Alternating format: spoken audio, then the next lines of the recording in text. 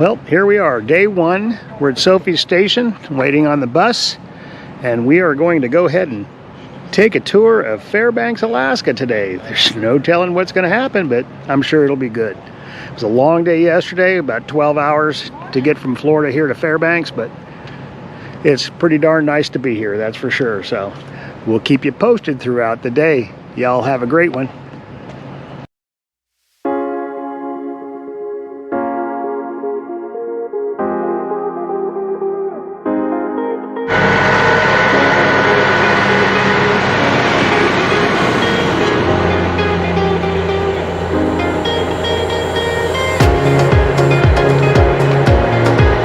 Here's our first stop of the day. We're at the Alaska Pipeline. This should be interesting.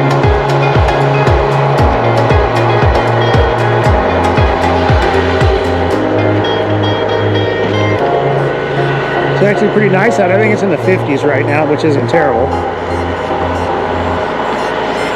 for the middle of June.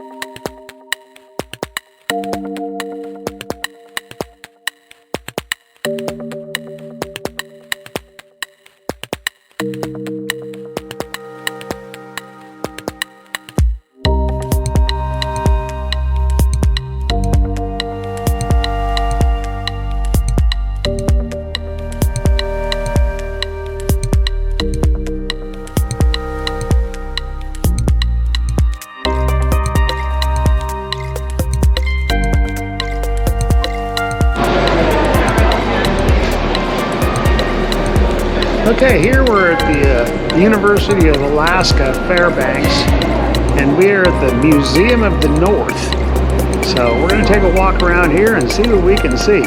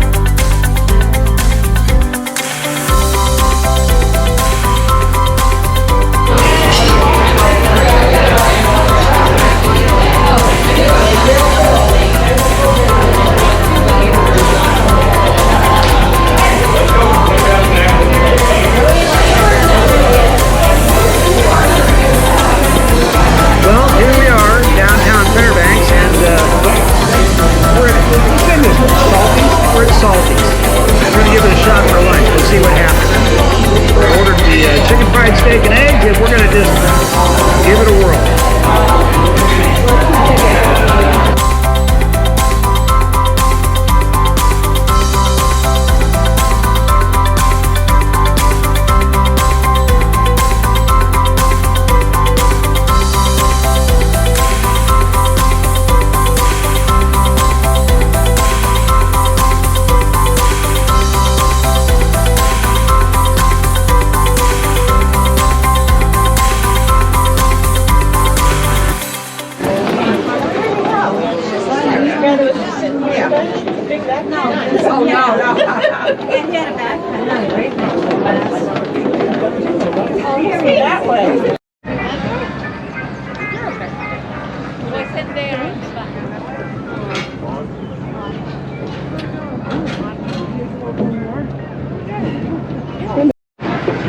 Well, good afternoon, everybody. Welcome aboard Discovery 3. Since it's Sunday, take your hymnals out if you would. Open up to page 547 and we'll sing Shall We Gather at the River. The whistle on this boat is not subtle. You're going to notice when it goes off. So especially if you're outside on the top deck, kind of be ready so we don't startle you here. And then we will be officially underway.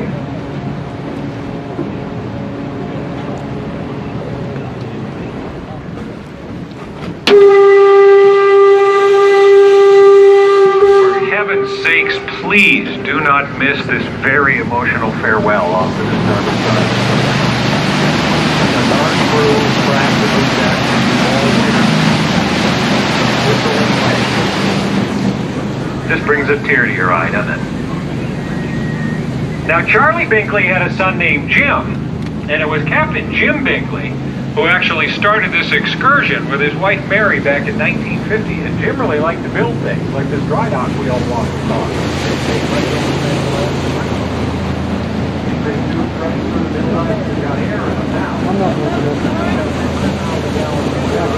They're called how they opened up Alaska in the early days before airplanes and railroads. But we need to talk about aviation first.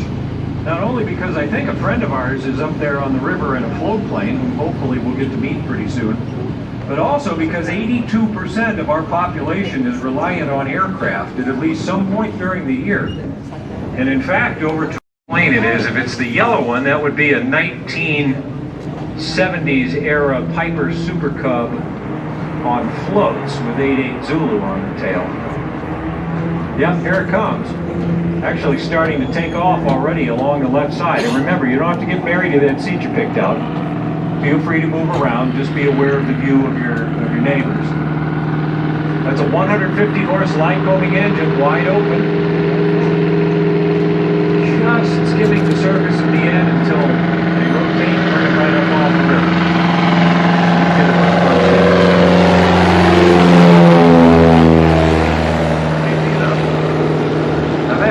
Fast for anybody, but don't worry, we're going to see him again. Because it'd take a lap and set back down on the cheetah, which involves turning and diving kind of at the same time. There they come. And that's how you lose altitude and line up for your landing if you're going to land, say, on a little lake surrounded by tall trees, where you can't make a nice gradual descent. So sometimes you just got to corkscrew out there. But now they're finding a good patch of river to set back down on, ride that cushion of air in. Look at that, both boats hit at the same time. Textbook work. For one of our many friends who flies 80 Zulu, we'll find out who it is and a little more about their background. And it's challenging to fly around in the smoke here as soon as they change channels.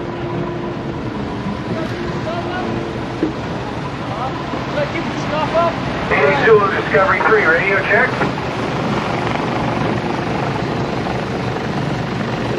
Any Zulu Discovery 3, radio check, how do you hear? Loud and clear. Outstanding. Well, who's at the controls here today? Drew.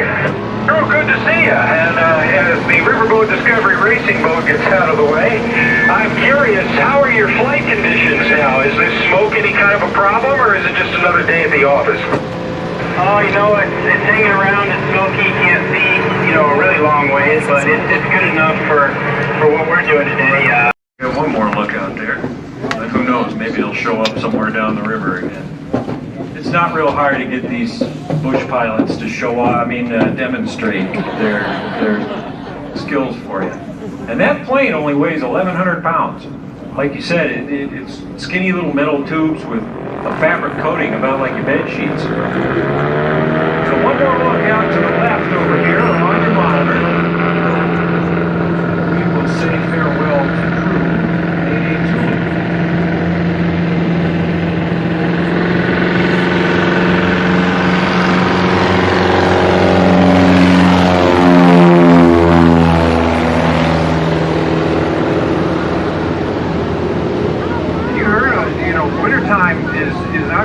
Pilots down a bit. Like you heard him say, they want to just keep going. So mother was not very happy about that.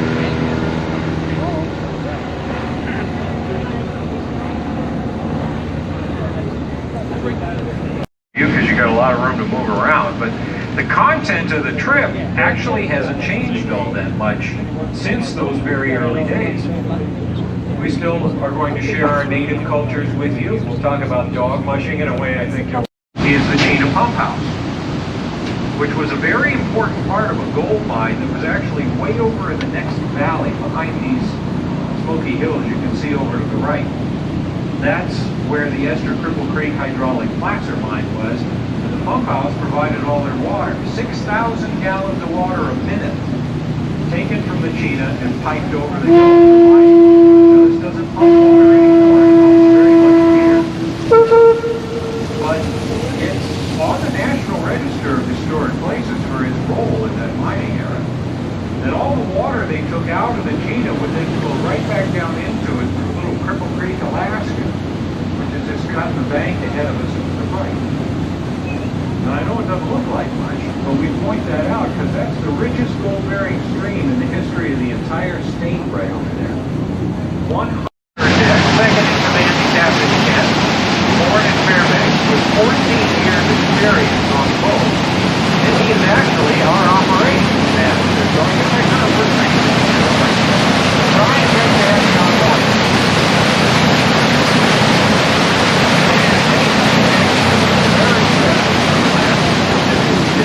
Today are your native guides who are going to share their culture. Winter air way up out of the reach of predators and preserve meat for many months. Back before there was any sort of a convenient market or something to run. You know that. For 3 whole days. But Senator Frank Murkowski racing club at the time, the racing brakes were here at the Air Force One. Dennis has a nice spot right next door that's a little more conventional design, and we know that's where Jack lives because there's a sign right there that says Jack McManus on it. Everybody's like, ooh, is he famous? Nope. It's the guy with a sign. Retired attorney from Wisconsin, American by birth, Alaskan by choice. His brother lives right next door, wasn't interested in log home. So even within the families, everybody does their own thing. This is frame construction, obviously, pretty wood siding, great big windows again, and a hot tub right on the deck, which you'll use in the winter too. That's not just for summer. If it's 40 below, you send Dad out to heat it up while the rest of the family watches. 11 o'clock off the bow or on the monitor, right behind that boat coming up, you see what's left of the Mildred. Going back to nature, just kind of peeking up out of the river. Up on shore, that green stern wheel tucked into the trees, followed by the gray and white pelican in the back. This wasn't supposed to be a boat museum, it just sort of ended up that way. 3 that we get to learn about from the wheelhouse when we go visit with the captain for a bit. We can see you there, Captain. What is it these 2 big boats have in common? What we have in common is this wheel that I have my hand on. Actually came out of that steamer Yukon that you saw in the last photograph. We acquired this wheel from the steamer Yukon, tried to make more right here. Yeah, 3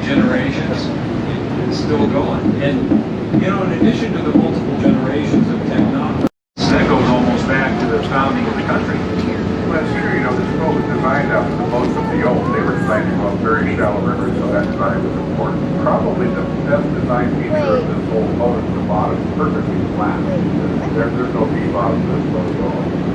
That's a really good design. It's just how well the rudders are set up.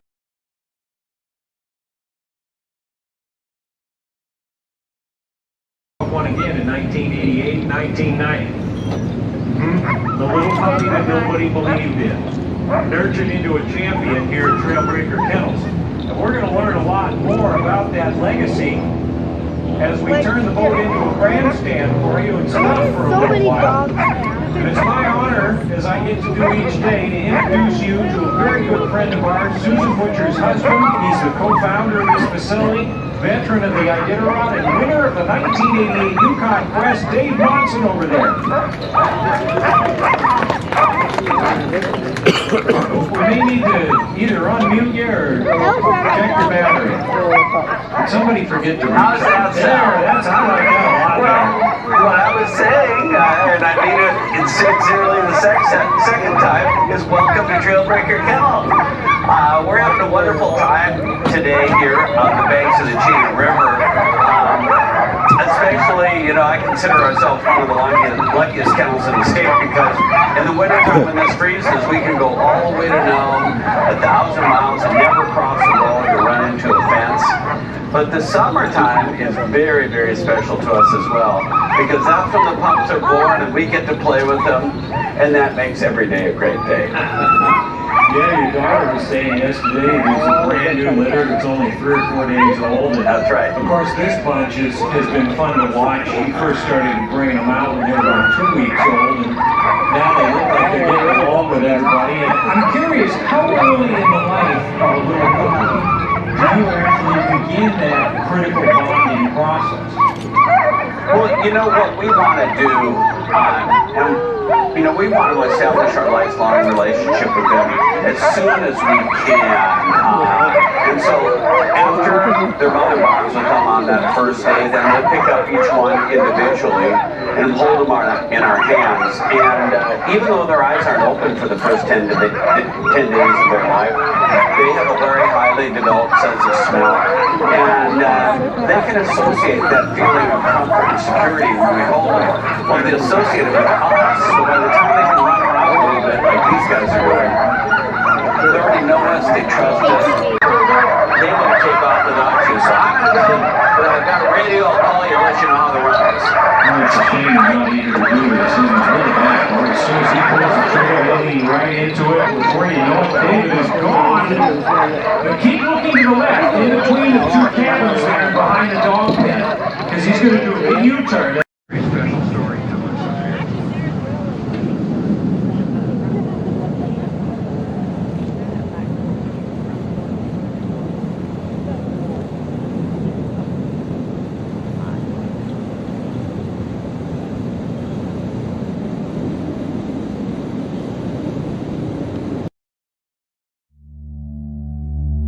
We like to think of as a living museum. It's an area that we preserve, just like this, much like the villages that Jim used to see on those freight runs in terms of its structures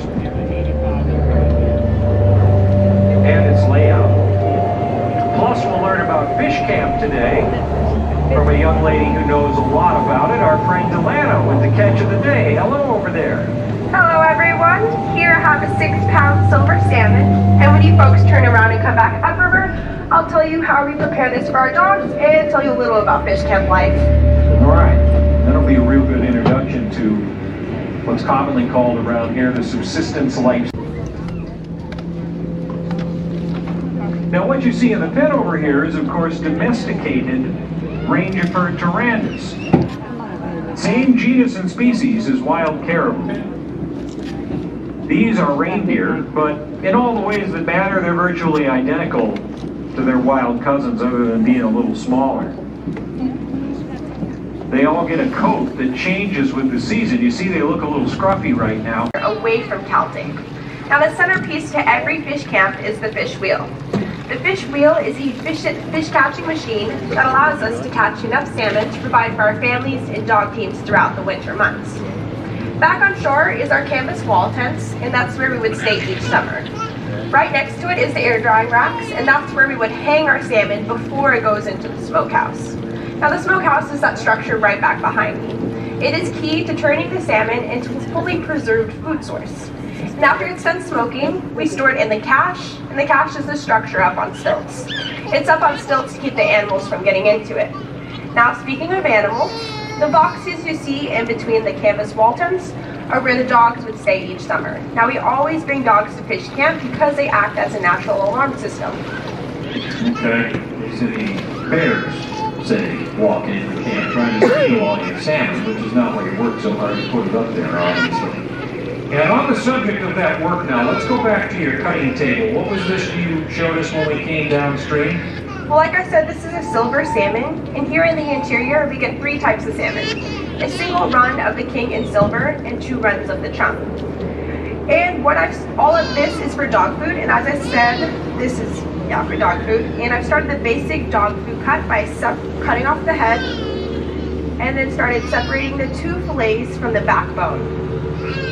Now there's still a little bit of meat left on this backbone, and since nothing is ever wasted in my culture, we would give this to the dogs here at fish camp. And if this were a head of a higher quality salmon like the king, we would make fish head soup and serve it to our elders because it's considered a delicacy.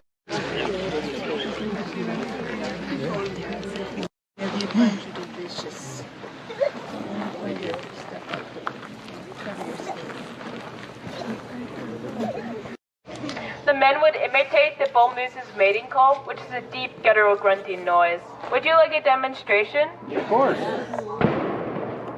Uh-oh. Here, moosey, moosey. Once the moose had been drawn into the 15 to 20 years working with some pretty awesome sled dogs, so I can't be too upset about that. But now I'd like to open it up to any questions you guys might have about sled dogs, about Alaska, lifestyle, anything really.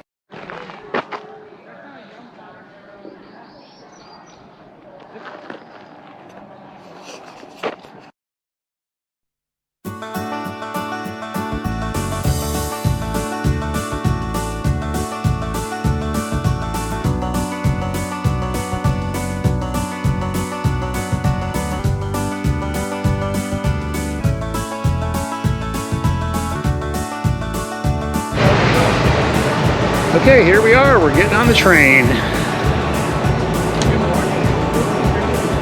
Good morning. Watch your step, folks. Good morning. How you doing? Good morning.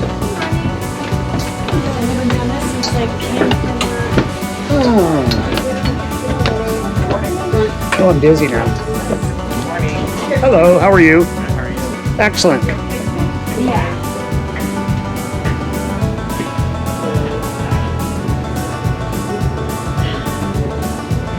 This is nice. That's what we needed. Oh, I got a drink card. Oh, yeah. We're by the bar. So, item 2 here. Excellent. Oh, good. I don't have to go far to get glasses. What? Oh, sorry. Oh, well, here. Oh, yeah. I don't know. Yeah. We're going to be using both sides. Okay. Come on in. Oh, I'm sorry. Okay, I just got to look. It doesn't matter. All right.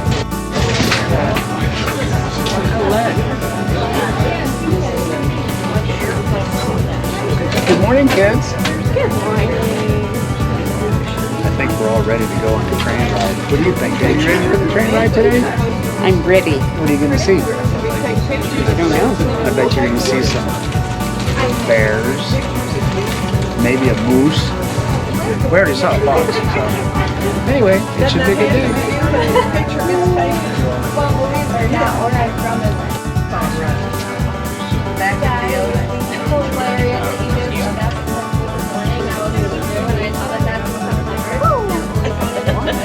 And I was like, wow, I might be with maybe I should go try to do that. I've always wanted to do a half marathon and I haven't.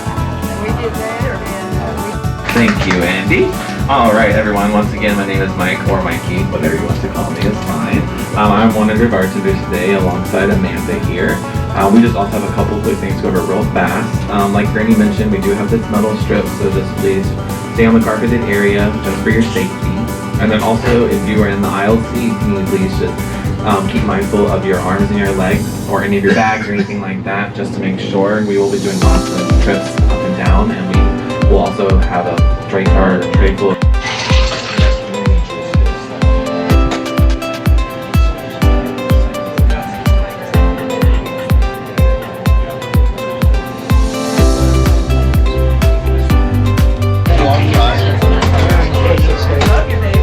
And away we go.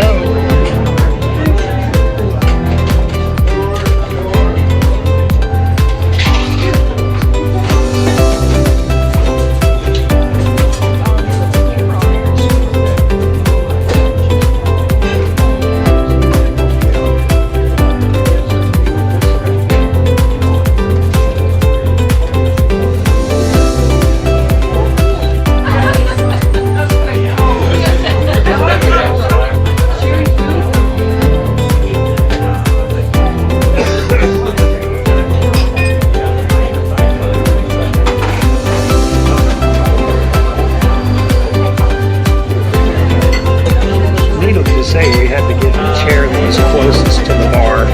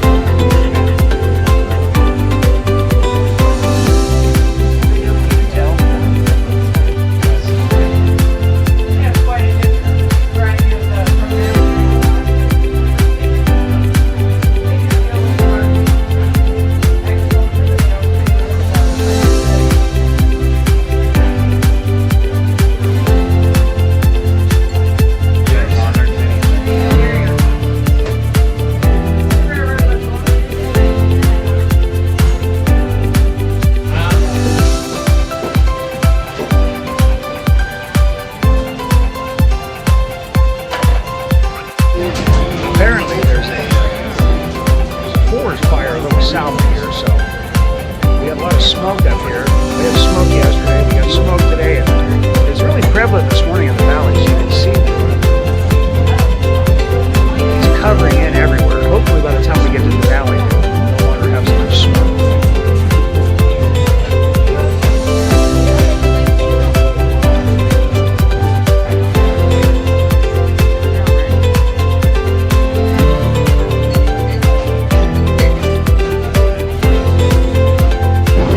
There's my brother Ron. He's having a fantastic time right now. Look at there's. Oh, he said, "Show me the menu. Show me the menu." Show me the bunny. Show me the bunny. It's the funny bunny.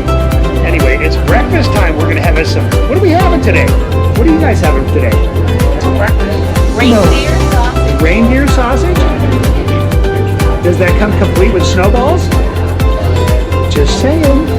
Anyway, here we are in the dining car. Nifty. I think I'm going to take a walk out back and see what's going on here.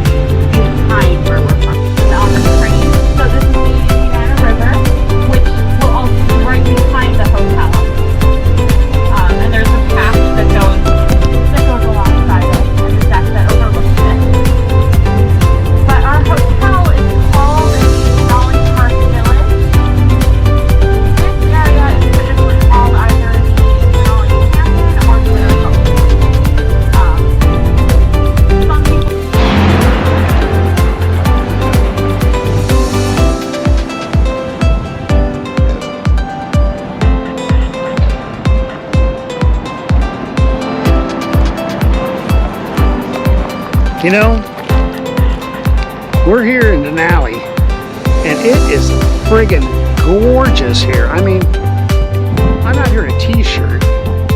The weather's phenomenal, and I got an ice-cold Alaskan beer. Life doesn't get any better than this. This is amazing. Ah, look at this. It's a little smoky, still smoky up here, but it's beautiful. I can't wait till tomorrow.